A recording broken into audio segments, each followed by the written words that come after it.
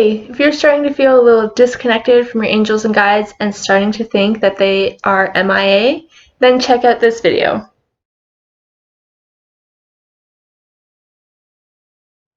Hey guys, what's up? If you are starting to feel like your angels and guides are not listening to you, then you are in the right place. My name is Amanda. I am spiritual coach and teacher over on theintuitivewife.com. If you are new and just passing through, welcome to my channel, and if you are a regular, welcome back. I'm so happy to have you here. Today's video is all about what to do when you feel disconnected from your angels and guides. So, let's get into it.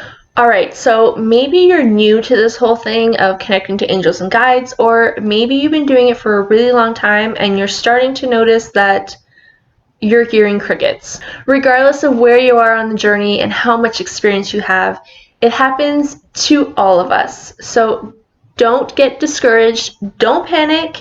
Your angels and guides are still with you. Your angels and guides are with you all of the time, and their purpose of being here is to help and guide you through your life.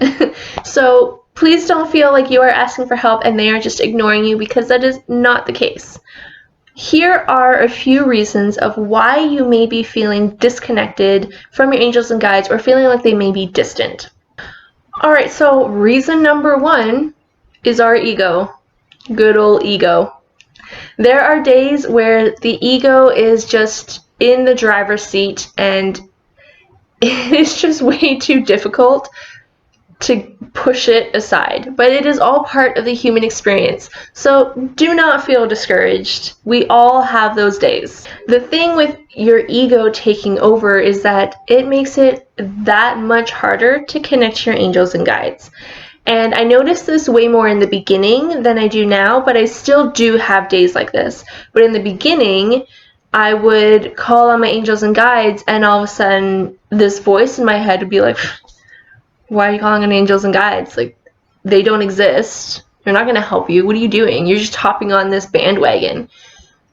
Having that negative, cranky voice in your head constantly picking at what you're saying definitely makes things difficult. So on days like this, it is just very important to be gentle with yourself and to nicely or sternly ask your ego to move aside.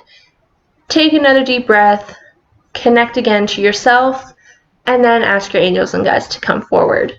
Reason number two is because of our self-care.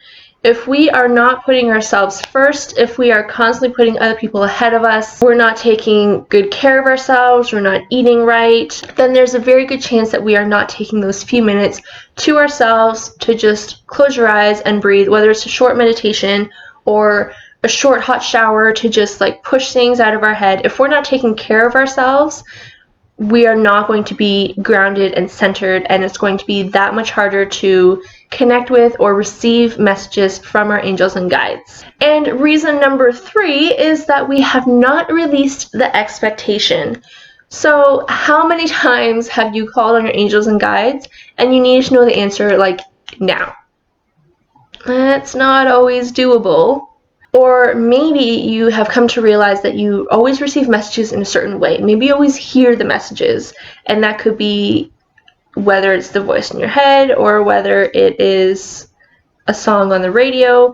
You could always maybe hear the messages, and in this case, your angels and guides may not be able to deliver it in an auditory way. So if we have the expectation that we are going to hear it in some way, it's not always doable. So what we need to do is open our tunnel vision. Our angels and guides have tons of different ways of communicating with us. So it's important to stay open to all the different ways that messages can be received. So as an example, a few years ago we were house hunting, and I set the intention to the universe to show me a blue jay when it was time to, when that was the right house for us. And blue jays are like my thing.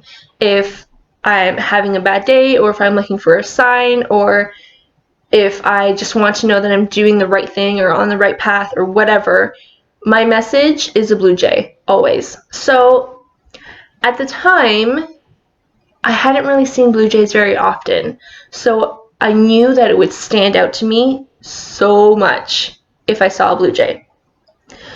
The thing is, just because I asked for a blue jay doesn't mean that the bird is going to fly across my face.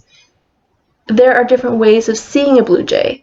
We saw blue jays in paintings on the wall while we were going through the house.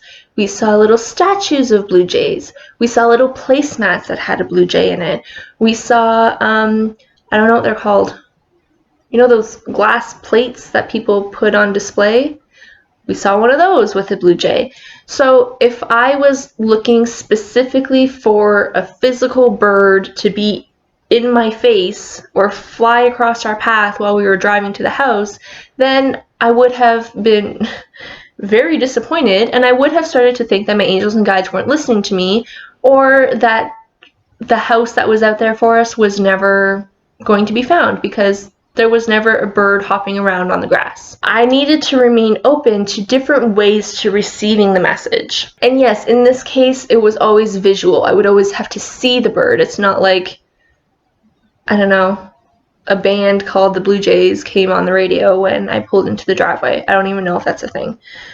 Anyway, there are different ways to receive the messages, so don't stay so rigid in how the messages need to be received, because there are plenty of different ways to receive messages from your angels and guides. So basically, it's not them, it's us. We are making things much harder than it actually needs to be. When you find this is happening, please do not get discouraged or get frustrated in any way. Just try to take a step back, because when we are so close to the situation and to the result, then sometimes it's hard for us to actually turn our heads and see what is going on around us. So take a deep breath, take a step back, and remember that since your angels and guides are always with you, you can express your frustration with them.